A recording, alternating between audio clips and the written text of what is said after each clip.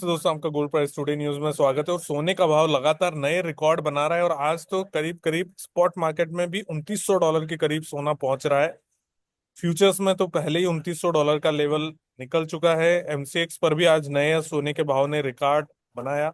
तो ये क्या तेजी जारी रहेगी, क्या कुछ आगे होगा, इस पर हम बात करेंगे अजय केडिया जी से। केडिया कमोडिटी में डायरेक्टर हैं। अजय भाई, आपका स्वागत है। आगे बढ़ने से पहले जो हमारे साथ नए दर्शक नमस्कार। जुड़ रहे हैं, वो उन लोगों से मैं रिक्वेस्ट करूंगा कि दोस्तों हम आप लोग चैनल को सब्सक्राइब जरूर कर लेना। नमस्कार विंद। जी जी। तो अजय भाई, क्या लग रहा है आपको कि भाव तो जो है नए नए रिकॉर्ड रोजाना बना रहा है, तो आपको क्या लग रहा है कि अभी और तेजी जारी है? विंद जी, जैसे अगर आपको ध्यान हो तो दिसंबर में अपना एक अपना रिकॉर्ड हुआ भी था, जब मैंने कहा था कि डोनाल्ड ट्रंप जब 20 तारीख को आएंगे तब हम देखेंगे कि सोने और चांदी में नया हाई बनता हुआ दिखेगा। तो देखिए, गोल्ड में तो बन चुका है, उसके बियॉन्ड भी जा रहा है, लेकिन चांदी अभी तक थोड़ा सा पेसिमिस्टिकली कर रही है। पर मुझे लगता है, देखिए, सबसे बड़ा कारण जो रहा है, आज जनवरी से लेके अभी तक, जब से 2025 स्टार्ट हुआ है, 10% की तेजी हमने देख चुकी है। नो डाउट उसमें कंट्रीब्यूशन सबसे ज्यादा रुपए का भी रहेगा। एज ऑफ नाउ जिस ढंग से डोमेस्टिक मार्केट में रुपए में हमने काफी बड़ी गिरावट आती हुई देखी, वो डोमेस्टिक मार्केट को सपोर्ट करे। बट कुल मिलाकर डोनाल्ड ट्रंप का टैरिफ वॉर, साथ में करेंसी वीकनेस, सेंट्रल बैंक की बाइंग, ईटीएफ की बाइंग, इक्विटी मार्केट के ओवर वैल्यूएशन चल रहे हैं, ये सारे कारण हैं जो मुझे लगता है 2025 में। अच्छा, साथ में एक इंटरेस्ट रेट को लेकर भी हम जानते हैं, आरबीआई ने भी पहली बार पेंडेमिक के बाद रेट कट किया है। तभी से तो मुझे लगता है सारे फैक्टर जो 2023-24 में बने हुए थे सपोर्टिव, वो आगे भी कंटिन्यू बने हुए रहेंगे। अजय भाई, एक न्यूज आ रही है कि ट्रम्प जो है वो स्टील और एल्यूमिनियम पर तो टैरिफ लगाएंगे ही सही, साथ ही ट्यूसडे और वेडनेसडे को रेसिप्रोकल टैरिफ लगाएंगे। मतलब जिस कंट्री का अमेरिका के सामान पर जितना टैरिफ है उतना टैरिफ वो सामने लगाएंगे। तो क्या इसका बहुत ज्यादा बड़ा असर होने वाला है, क्योंकि पूरा वर्ल्ड मार्केट जो है इससे अनसर्टेन हो जाएगा? बिल्कुल, मुझे लगता है कि ये काफी बड़ा टूल है डोनाल्ड ट्रंप के पास, एक हम बोलते हैं इक्विटेटेड प्लेटफॉर्म पे सबको लाने के लिए। क्योंकि उनका बार बार में मानना यही था कि सभी कंट्रीज ने यूएस को यूज किया, यूएस को कुछ दिया नहीं है।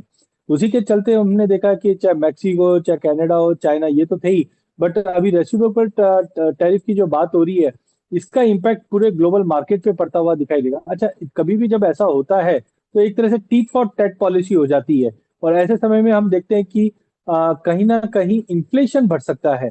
और जब भी इन्फ्लेशन बढ़ता है तो कहीं ना कहीं हम बोलते हैं कि गोल्ड उसको सपोर्ट करता ही है। तो आई थिंक ये बड़ा फैक्टर है जहाँ पे हमें लगता है गोल्ड को इसी का बेनिफिट है। पिछले 2 दिनों में, आज तो मंडे है, तो सैटरडे संडे से गुदगुदाहट थी कि सोमवार को ही मार्केट गैप से खुलेगा। और मुझे लगता है अब 2940 ज्यादा दूर नहीं है, या इनफैक्ट 31 मार्च से पहले पहले 3000 का लेवल भी क्रॉस कर जाए तो।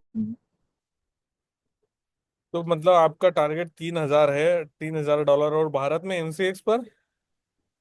देखिए, एमसीएक्स पे जब हमने दिवाली पे ये पार्ट रखा था, तब हमने कहा था 85,000 मेरा एक कंजर्वेटिव टारगेट रहेगा। क्योंकि एक बड़ी रैली का लग भी रहा था थोड़ा बहुत करेक्शन कर ले, बट हमने देखा 85 तो हमने जनवरी खत्म होते होते ही देख लिया था। और जिस दिन से रुपए में अब मुझे लग रहा है कि रशिया से हम जो कच्चा तेल आयात करते हैं, वहां पे हम देख रहे हैं कि कुछ ना कुछ एक कंसंस बना हुआ रहेगा, और उसकी वजह से रुपया मे बी पॉसिबल है 92-93 तक जा सकता है। और उसी के नतीजे मैं रिवाइज करता हूँ टारगेट को, जो फेज मैनर में 88 से 90,000 तक का लेवल दिखा सकता है। बट हाँ, टेक्निकली अपनी जगह पे सही है कि थोड़ा बहुत ओवरबॉट है, बट मुझे लगता है फंडामेंटल फैक्टर जो इंटरनेशनल और डोमेस्टिक को सपोर्ट कर रहे हैं, वो काफी ज्यादा स्ट्रांग है, जो प्राइजेस को सपोर्ट दे सकता है।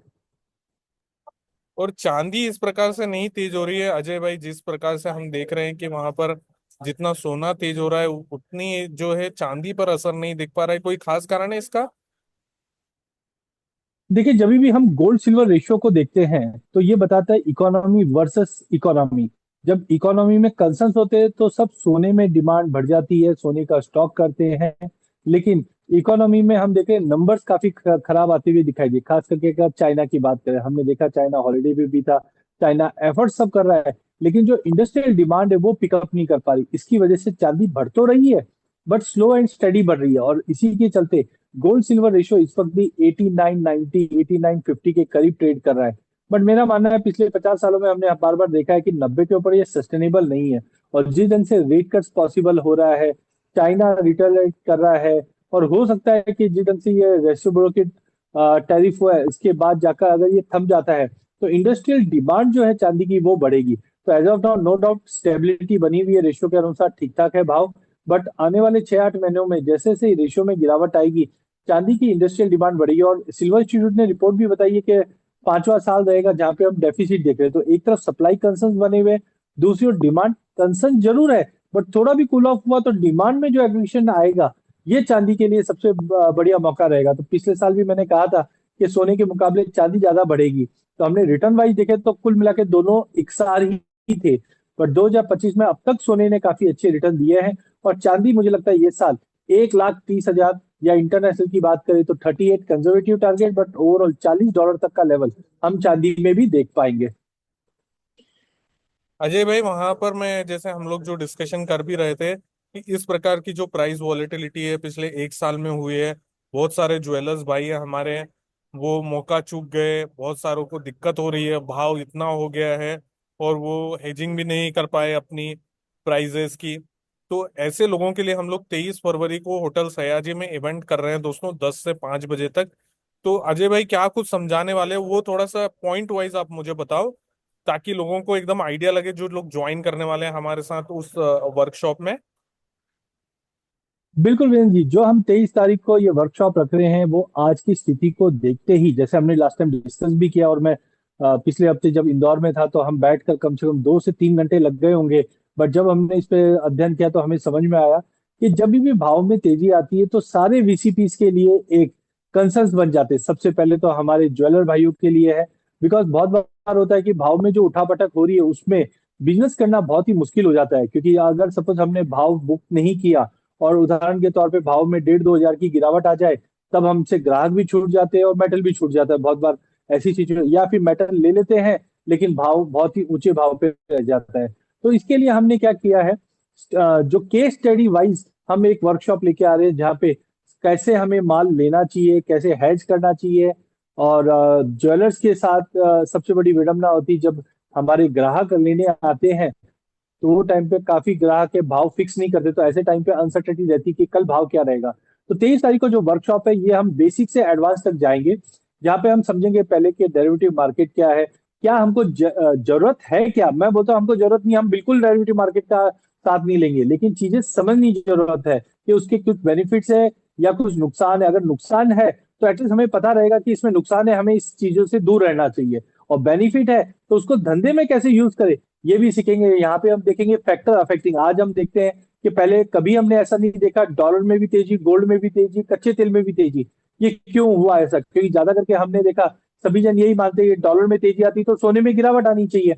अब 6 महीने में डॉलर इंडेक्स 101 से 110 पहुंच जाता है, फिर भी सोना भी तेज हो रहा है। तो इस चीज में क्या इंपॉर्टेंट ऐसा मैसेज था वो भी हम समझेंगे, इकोनॉमिकल डेटा समझेंगे, सीजनलिटी समझेंगे, और टेक्निकल तो एक छोटा सा एक नजरिया है कि अगर मुझे तेजी लग रही है या मंदी लग रही है। जैसे हम जब गाड़ी चलाते हैं तो रोड देखकर हम स्पीड नहीं बता सकते हैं, तो इसी के चलते टेक्निकल को यूज किया जाएगा जहां पे हमें पता चलेगा कि ये जो रैली चल रही है कहां तक जा सकती है। एंड लास्ट हम देखेंगे ऑप्शन में एडवांस स्ट्रेटजी, जो ज्वेलर अपने बिजनेस पर, मैं अगेन बोलता हूं मैं कोई ट्रेड पॉइंट ऑफ व्यू से नहीं बताऊंगा आपको, मैं आपको बिजनेस पॉइंट ऑफ व्यू से बताऊंगा कि सस्ते में कैसे लेना है। सस्ता मतलब कोई ना 24 की जगह वीरेंद्र जी 22 या 18 की बात नहीं कर रहा हूं मैं बोल रहा हूं आप अपने बोले हुए भाव पे कैसे आप ले सकते हो। तो सस्ते में लेना है, महंगे में बेचना है, और लिए हुए माल को रेंट पे कैसे लगाना है, जैसे हम प्रॉपर्टी लेते भाड़े पे लगाते हैं वो भी हम कर सकते हैं। तो कहने वाला काफी अच्छा इन डेप्थ सेशन रहने वाला है इस वर्कशॉप का। तो उसको रजिस्टर कीजिए, और बिल्कुल निसंकोच अगर आपकी कुछ क्वायरी भी है उससे पहले तो आप नीचे चैट विंडो पे डालिए। वीरेंद्र जी भी है, मैं भी हूँ, और ऑब्जेक्टिव हमारा यही है कि समझिए मार्केट के जोखिम आगे क्या क्या है और उससे बचिए, ताकि हमारा बिजनेस और अच्छा बढ़ सके। दोस्तों, वहां पर ट्रेडर और इन्वेस्टर है वो भी समझने के लिए वर्कशॉप में आ सकते हैं कि कैसे वहां पर ऑप्शन में वहां पर क्या स्ट्रेटेजी होती है, कैसे ऊपर जाता है भाव, कैसे नीचे आता है, बाय कब, सेल कब, पुट और कॉल कब करना है। जी अजय भाई। एक चीज और हमने इसमें किया है, क्योंकि ज्यादा करके जैसे कुछ वर्कशॉप्स होती है या सेमिनार होते हैं तो आप समझते हैं कि 100 जन आ गए, 200 जन आ गए, उससे होता है क्या, एक एक से टाइम जो है वो नहीं मिल पाता। और बहुत बार होता भी है कि 200 जन के बीच में अगर मैं सवाल करूंगा तो अच्छा लगूंगा क्या। तो ये जो प्रॉब्लम है इसको भी सॉल्व करने के लिए हमने लिमिट सीट रखा है हमने, 50 रजिस्ट्रेशन ही हम इसमें ले रहे हैं, बराबर है वीरेंद्र जी? जी 50 सीट ही है हमारे पास बस। 50 सीट ही है, तो हम लोग इसमें 50 रजिस्ट्रेशन ही लेके चल रहे हैं, सो डैट समय सबको मिले। और क्या होता है, मन में जो कुछ क्वेरी हो जाती है, बहुत बार हम नहीं कनेक्ट कर पाते। आज जैसे मैं अभी ऑनलाइन हूँ, अगर आप कोई सवाल करेंगे तो बहुत बार होता है कि समय के अभाव में हम वो चीज डिटेल में नहीं जा सकते। तो ये वर्कशॉप वैसा ही बना है कि पूरे दिन का ये वर्कशॉप रहेगा, जहाँ पे हम सुबह से लेके शाम तक मिलेंगे। और अगर आपके मन में एक भी सवाल है जो आपको तंग करता है, आपके धंधे को तंग करता है, आपके बिजनेस को इम्पैक्ट करता है, मैं खुद पर्सनली रहूंगा और उसको हम सॉल्व करेंगे, ताकि आपके पास जितने भी क्वायरीज है वो हम सॉल्व कर पाए। चलिए अजय भाई, ये तो हो गई वर्कशॉप की बात। जाते जाते कोई डिस्क्लेमर देना चाहेंगे आप? बिल्कुल, डिस्क्लेमर बहुत इंपॉर्टेंट है, और जितने से मोमेंटम है और क्वारीज तो आप देख ही रहे, काफी आ ही रही है। तो मैंने जैसे आज डेरिवेटिव्स पे बात की, तो मेरी पर्सनल कोई पोजीशन नहीं है, मेरे क्लाइंटों की रह सकती है। फिजिकल तो देखिए सब करते ही हैं, बट डेरिवेटिव में मेरी कोई पर्सनल पोजीशन नहीं है। चलिए आप इंदौर आइए, फिर आपको पोहा जलेबी और दाल बाफले खिलाएंगे, फिर आपका स्वागत करेंगे। चलिए thank you so much Ajay भाई। बहुत बहुत धन्यवाद बहन जी, बहुत बहुत धन्यवाद।